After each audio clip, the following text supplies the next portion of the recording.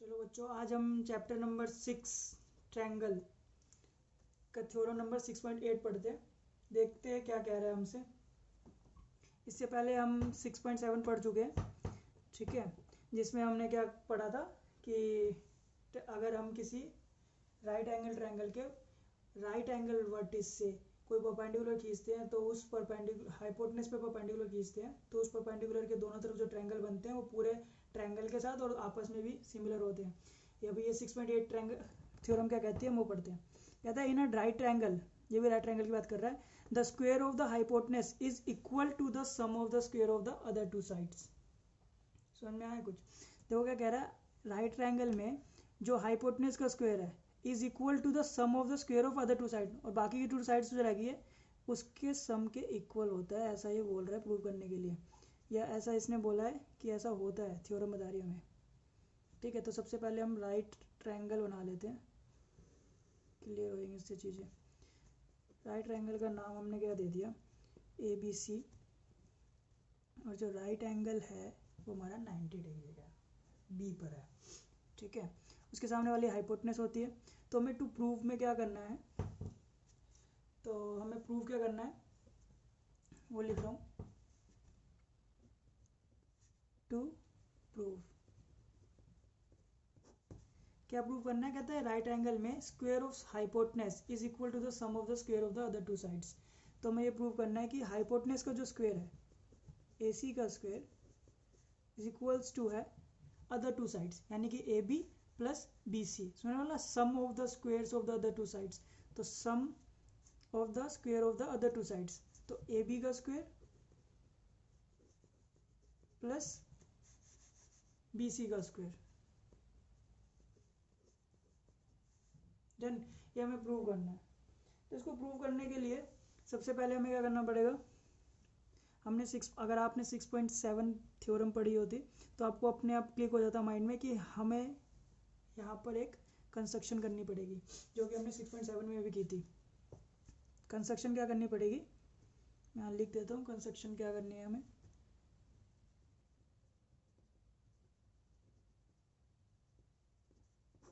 हमें कंस्ट्रक्शन क्या करनी है, जो बी है वर्टिस हमारा A B C triangle A B C का राइट एंगल का जो वर्टिस बी है वहाँ से एक परपेंडिकुलर खींचने है हाइपोटेनस ए सी पर।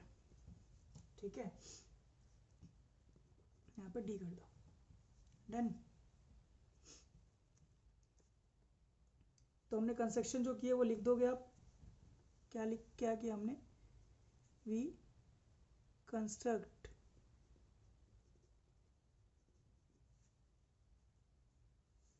B D perpendicular on A C पर।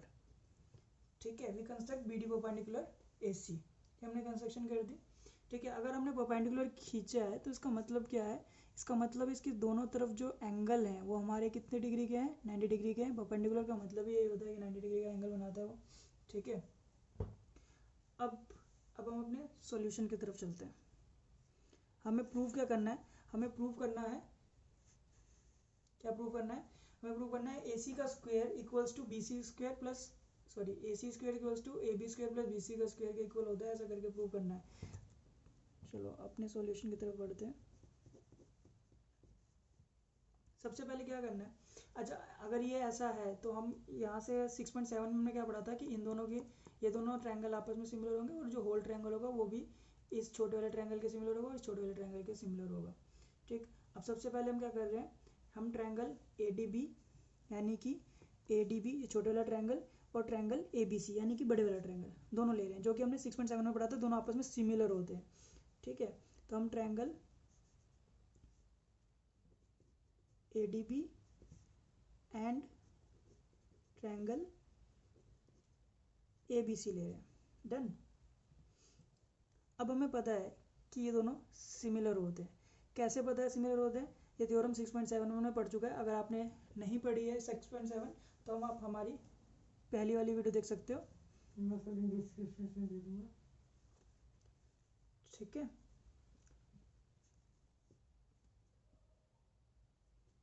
तो हम यहाँ पे डायरेक्ट लिख सकते हैं। आप एग्जाम में भी अगर आपको सॉल्व करने के लिए आता है तो आप एग्जाम में भी डायरेक्ट लिख सकते हो, आपको वहाँ पे सॉल्व करके नहीं दिखाना है, प्रूफ नहीं करना है कि दोनों सिमिलर कैसे होती है।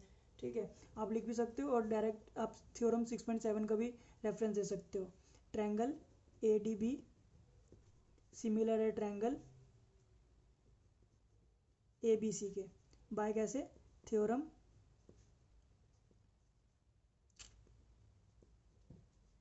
6.7। डन। अगर ये दोनों सिमिलर है तो हम क्या कह सकते हैं, तो इसकी अगर हम सिमिलर है, अगर ये दोनों ट्रायंगल सिमिलर है तो हम ये कह सकते हैं ना कि इसकी जो साइड्स है वो प्रोपोर्शनली इक्वल होंगी और साथ में जो एंगल्स क्रॉसपोंडिंग एंगल्स बनते हैं वो भी इक्वल होंगे। सिमिलर, अगर कोई दो फिगर सिमिलर है तो उन दोनों का ये मतलब है, चैप्टर 6 में हम पहले पढ़ चुके हैं। तो इसकी वजह से हम क्या कह सकते हैं, जो side A D divided by A B equals to है side D B divided by B C equals to है side A B divided by A सी।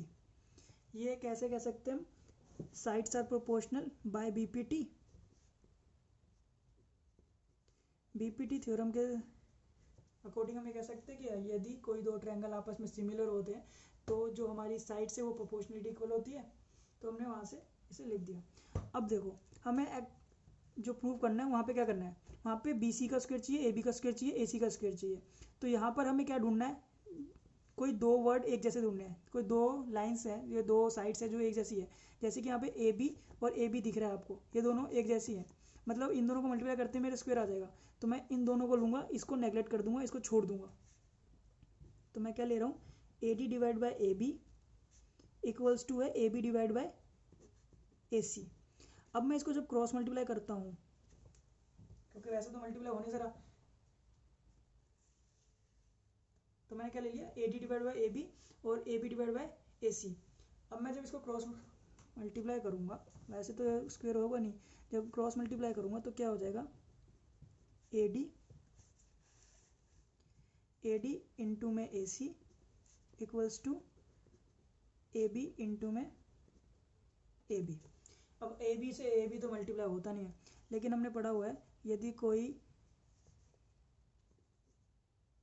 जैसे हम x मल्टीप्लाई x करते हैं तो ये क्या बन जाता है हमारा, एक्स स्क्वेयर बन जाता है ना।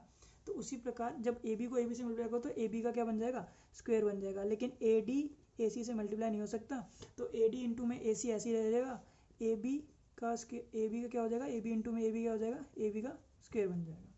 डन। ये अब हम क्या कर देंगे, यहाँ पे सॉल्व होता है, यहाँ पे हमारा क्या हो जाएगा, इक्वेशन 1। अब हम ट्रायंगल लेंगे कौन सा, छोटे वाला, दूसरा छोटे वाला सी डी बी वाला और पूरा बड़ा वाला ट्रायंगल। तो हम क्या ले रहे हैं, इन ट्रायंगल, अब हम दूसरा वाला ट्रायंगल ले रहे हैं बड़े वाले ट्रायंगल के कंपैरिजन में, in triangle B D C and triangle A B C. Done. अब इसमें क्या करना है, सेम उसी प्रकार हमने पहले थ्योरम 6.7 में प्रूव कर चुके हैं कि ये दोनों ट्रायंगल आपस में क्या होते हैं, सिमिलर हो चुके, तो दोबारा प्रूव करने की जरूरत नहीं है, हम डायरेक्ट 6.7 का रेफरेंस दे सकते हैं। तो हम क्या लिख देंगे, triangle B D C similar है ट्रायंगल ए बी सी के। डन। कैसे सिमिलर है, बाय थ्योरम 6.7। ठीक है, तो आपको दोबारा प्रूव करने की जरूरत नहीं है, हम डायरेक्ट रेफरेंस दे सकते हैं। हम थ्योरम बड़ी इसी ले रहे हैं कि अपने क्वेश्चंस जब करेंगे तो वहाँ पे सीधा रेफरेंस दे सकें, वहाँ पे प्रूव करने की जरूरत ना पड़े हमें। ठीक है, बस हमें थ्योरम का मतलब पता होना चाहिए कि कौन सी थ्योरम क्या कह रही है, ये हमें अच्छे से पता होना चाहिए। अब जब ये दोनों ट्रायंगल आपस में सिमिलर है तो हम क्या कह सकते हैं, जब ये दोनों ट्रायंगल आपस में सिमिलर है तो इनकी जो साइड से प्रोपोर्शनलिटी इक्वल है और साथ में क्या एंगल्स इक्वल है। ठीक है, तो हम क्या करें, हमें साइड्स की जरूरत है तो हम साइड ही लिख रहे हैं, B D divide by A B equals to D C divided by B C equals to B C divided by A C. ये आपको पता है ना कैसे होता है, जैसे हमने बी डी यहाँ पे पहले दो ले लिया, तो यहाँ के पहले दो B D divide by A B, फिर D C divide by A B, sorry D C divide by B C last के दो, और फिर उसके बाद फर्स्ट और लास्ट बी सी, तो फर्स्ट और last A C divide by A C. ठीक है, इस प्रकार नाम लिखना होता है या इसी प्रकार लिखा जाता है, आपने पढ़ा होगा पहले भी। हम अब हमें यहाँ पे क्या चाहिए, हम अपने क्वेश्चंस में देखोगे या जो टू प्रूव करना है वहाँ पे ए सी का स्क्वायर चाहिए, बी सी का स्क्वायर चाहिए। तो यहाँ पे देखोगे तो यहाँ पे बी सी आ रहा है, हमें दो दिख रहे हैं, तो हमें पता चल जाएगा यहाँ पे दो BC दिख रहे हैं, एक BC है, एक BC है, तो हमें पता चल जाएगा कि हमें इस वाले को छोड़ना है, तो इस पहले वाले को छोड़ देंगे, बाकी दोनों को ले लेंगे, ठीक है, क्योंकि हमें क्वेश्चन अकॉर्डिंग टू क्वेश्चन चलना है कि हमें प्रूव क्या करना है, ठीक है। तो प्रूव हमें BC का स्क्वायर चाहिए था, तो BC यहाँ पे BC दिख रहे हैं, तो BC को दोनों को ले लेंगे, बाकी को छोड़ देंगे, तो इस वाले को छोड़ दिया हमने, इन दोनों को ले लिया, ठीक है। तो क्या है, DC divide by BC equals to BC divide by AC, जैसे ऊपर गया था सेम वैसे ही करना, कुछ नहीं करना, इन यहाँ पे क्या कर देंगे, क्रॉस मल्टीप्लाई कर देंगे, DC इंटू में AC इक्वल्स टू में BC इंटू में BC, अभी भी बताया था जब BC को BC से मल्टीप्लाई करोगे तो क्या बन जाएगा, BC का स्क्वायर बन जाएगा, DC इंटू में AC इक्वल्स टू BC का स्क्वायर, ठीक है। ये हमारी इक्वेशन सेकंड बन गई। अब हम क्या कर रहे हैं, अब हम क्वेश्चन को देख रहे हैं दोबारा, देखो हमें क्वेश्चन में क्या करना है, AB square plus BC square, तो अब हमने दो इक्वेशन बना ली कि AD इंटू में AC equal to AB square हो गया, और इसी प्रकार DC इंटू में AC इक्वल्स टू क्या हो गया, BC स्क्वायर हो गया। लेकिन क्या इन दोनों को आपस में ऐसे जोड़ा सकता है, इन दोनों को जोड़ने का तरीका क्वेश्चन में हमें दिख रहा है, क्या इन दोनों को ऐड करना पड़ेगा अपने को प्रूव करने के लिए, तो हम क्या कर रहे हैं, इन दोनों को सीधा दोनों इक्वेशन को ऐड कर दे रहे हैं, ओके। अब हम दोनों को ऐड कर रहे हैं, तो यहाँ पे लिख देंगे एडिंग इक्वेशन 1 and 2,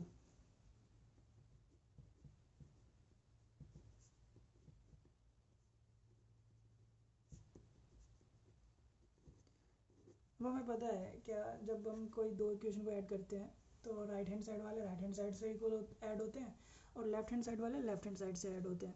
तो जो हमारी फर्स्ट इक्वेशन थी वो क्या थी, AD इंटू में AC इक्वल्स टू में AB का स्क्वायर, ठीक है। अब हम क्या कर रहे हैं, ऐड कर रहे हैं, ऐड कर रहे हैं, तो ऐड प्लस का साइन लग जाएगा, प्लस का साइन लगेगा। सेकंड इक्वेशन क्या है, DC इंटू में AC, तो यहाँ लिख दोगे DC इंटू में AC, और प्लस का साइन लगा के क्या लिख दोगे, दूसरा क्या है, BC का स्क्वायर, ठीक है। अब देखोगे ध्यान से, तो यहाँ पर AC इसमें भी आ रहा है, AC इसमें भी आ रहा है, ऐसे तो ऐड होने से रहे। अगर यहाँ पे हमारी साइड्स दे रखी होती कितने कितने के 4-5 करके, ऐसे 2 सेंटीमीटर 3 सेंटीमीटर करके दे रखा होता तो हम ऐड कर देते, लेकिन ऐसे में तो हम ऐड होगा ही नहीं, ठीक है। तो यहाँ पर हमें क्या करना पड़ेगा, सॉल्व करना पड़ेगा, सॉल्व करना पड़ेगा। तो सॉल्व करने के लिए हमें AC दिख रहा है दोनों में कॉमन, तो हम क्या कर देंगे, AC को कॉमन निकाल देंगे, AC आगे बाहर, अंदर क्या बच गया, जब AC चला गया यहाँ तो बचा AD, प्लस का साइन है, प्लस का साइन लगेगा, जब AC चला गया है यहाँ से बाहर, तो यहाँ पे क्या बच जाएगा, DC इक्वल्स टू में अपना वही AB स्क्वायर, ये दोनों आपस में ऐड तो हो ही नहीं सकते, तो वैसे भी हमें क्वेश्चन में चाहिए तो हमें ऐड करने की जरूरत भी नहीं है, तो AB square plus BC square ऐसे ही रहेगा। अब यहाँ पर आओ, हमारा जो लेफ्ट हैंड साइड था वो तो इक्वल आ गया कि AB square plus BC square आएगा, लेकिन राइट हैंड साइड वाला कैसे आएगा, इसके लिए हमने AC आ गया बाहर, AD प्लस CD। अब अगर अपने क्वेश्चन में ध्यान से देखोगे, जो हमने फिगर बनाई थी, AC जो है वो AD प्लस CD से मिलकर बना है, और हमारे पास जो अभी आई है सिचुएशन बन के, वो AD प्लस CD हो रहा है। तो AD प्लस CD क्या है, AD plus CD equals to AC है, तो हम AD प्लस CD की जगह क्या लिख सकते हैं, यहाँ पे आप रेफरेंस भी लिख सकते हो कि AC जो है वो कैसे मिला है, कैसे बना है, यहाँ पे हम रेफरेंस लिख रहे हैं, AC जो है हमारा कैसे बना है, AC जो बना है वो AD प्लस DC से बना है, ठीक है। तो यहाँ पे हमने रेफरेंस दे दिया, और साथ में हम क्या लिख रहे हैं, AC multiply AD plus DC क्या है, AC है, तो AC लिख दिया, इक्वल्स टू में AB square plus BC square तो चल ही रहा है, इसको वैसे ही लिख देंगे हम, डन। अब AC को AC से मल्टीप्लाई करो तो क्या आ जाएगा, AC स्क्वायर, हैंस प्रूव्ड, यही हमें प्रूव करना था, AB square plus BC square, done. AC square AB equals to AB square plus BC square, ये हमें प्रूव करना था, हैंस प्रूव करके HP प्रूव करके लिख सकते हो, डन। तो यहाँ पर हमारी थ्योरम नंबर 6.8 समाप्त होती है, ठीक है। एक बार रिवाइज कर लेते हैं, हमने इसमें पढ़ा क्या है। थ्योरम नंबर 6.8 कहती क्या है, इजी है, कुछ नहीं है इसमें, ठीक है। क्या कहती है, in a triangle in a right triangle, sorry, in a right triangle क्या कह रही है, in a right triangle the square of the hypotenuse, जो हाइपोटेनस का स्क्वायर है, is equal to the sum of the squares of the other two sides, तो बाकी की टू साइड्स के क्या होगी, इक्वल होगी। ठीक है, ये हमें प्रूव करना है, थ्योरम ऐसा कहती है। ठीक, तो हमने क्या बना लिया, एक डायग्राम बना लिया एबीसी, जिसमें राइट एंगल ट्रायंगल क्या था, राइट एंगल कौन सा था, बी था, और बी से हमने क्या किया, एक कंस्ट्रक्शन की बी डी, जो कि परपेंडिकुलर थी ए सी के ऊपर, हमने लिख दिया we construct B D perpendicular A C, done. अब हमें क्या किया, उसके बाद क्या किया हमने, उसके बाद triangle A D B and triangle A B C ले लिया, triangle A B D and triangle A B C. हमें पता है कि थ्योरम नंबर 6.7 में हमने पढ़ चुके हैं क्या, कि यदि कोई किसी राइट एंगल ट्रायंगल में राइट एंगल से परपेंडिकुलर खींचा जाए हाइपोटेनस के ऊपर, तो उससे बनने वाले दोनों ट्रायंगल पूरे बड़े वाले ट्रायंगल के ए बी सी के और आपस में दोनों क्या होते हैं, सिमिलर होते हैं। हमने थ्योरम 6.7 से हमने क्या कह दिया, A D B and triangle A B C क्या है, सिमिलर है, और यदि A B C A D B similar है तो हम क्या कह सकते हैं, जो उनकी साइड्स है प्रोपोर्शनेटली इक्वल है और साथ में एंगल्स भी इक्वल है, तो हमें साइड्स की जरूरत थी, तो हमने साइड्स ले लिया, A D divide by A B, D B divide by B C, A B divide by A C by B P T से। अब हमें ए बी स्क्वायर चाहिए था, इसलिए हमने ए बी वाले दोनों साइड्स को ले लिया, बाकी जो दूसरी थी उसको हमने इग्नोर कर दिया, ठीक है, नेगलेक्ट कर दिया, छोड़ दिया। तो A D B divide by A D divide by A B equals to A B divide by A C. अब यहाँ पर हमें क्या हो रहा है, यहाँ पर हमने क्रॉस मल्टीप्लाई कर दिया, तो जब क्रॉस मल्टीप्लाई किया तो ए डी इंटू में A C equals to A B into में ए बी। तो ए बी को जब ए बी से मल्टीप्लाई करेंगे, जैसे किसी कॉन्स्टेंट को मल्टीप्लाई करते हैं तो उसका स्क्वायर हो जाता है, ठीक है। तो हमने क्या कर दिया, ए बी इंटू में ए बी इक्वल्स टू क्या होगा, ए बी स्क्वायर, और इक्वल्स टू में साथ में ए डी इंटू में ए सी, वैसे का वैसे रह गया। इसको बना दिया हमने इक्वेशन 1। उसके बाद हमने ट्रायंगल दूसरा ले लिया, जो दूसरा वाला ट्रायंगल था सी डी बी था, और बड़ा वाला ट्रायंगल ए बी सी ले लिया, ठीक है। तो B D C and triangle A B C, B D C and triangle A B C ले लिया, ये भी सिमिलर है, बाय थ्योरम 6.7 हम पढ़ चुके हैं, हमारी आप पहले वाली वीडियो देख सकते हो उसके लिए, ठीक है। अब यहाँ पर हमें क्या करना था, हमें बी सी का स्क्वायर चाहिए था, तो बी सी हमारी दो साइड्स में आ रही है, जिसमें बी सी नहीं आ रहा उसको हमने छोड़ दिया, तो D C divide by B C equals to B C divide by A C ले लिया हमने, तो D C divide by B C equals to B C divide by A C. इन दोनों में क्रॉस मल्टीप्लाई जैसे ऊपर गया सिमिलर वैसे करना है, कुछ नहीं करना, डी सी इक्वल टू में ए सी, बी सी करेगा तो बी सी का स्क्वायर हो जाएगा, डन। तो इक्वेशन 2 हो गई हमारी। अब दोनों इक्वेशन को हमें क्या करना है, A B square plus B C square लाना था, तो इसलिए हमने क्या कर दिया, दोनों इक्वेशन को हमने क्या कर दिया, ऐड कर दिया। तो दोनों इक्वेशन को जैसे ही हम ऐड करेंगे तो इस प्रकार बन जाएगा ए डी इंटू में ए सी, ठीक है, ए डी इंटू में ए सी और डी सी इंटू में ए सी, और इधर क्या A B square plus B C square करके तो है ही।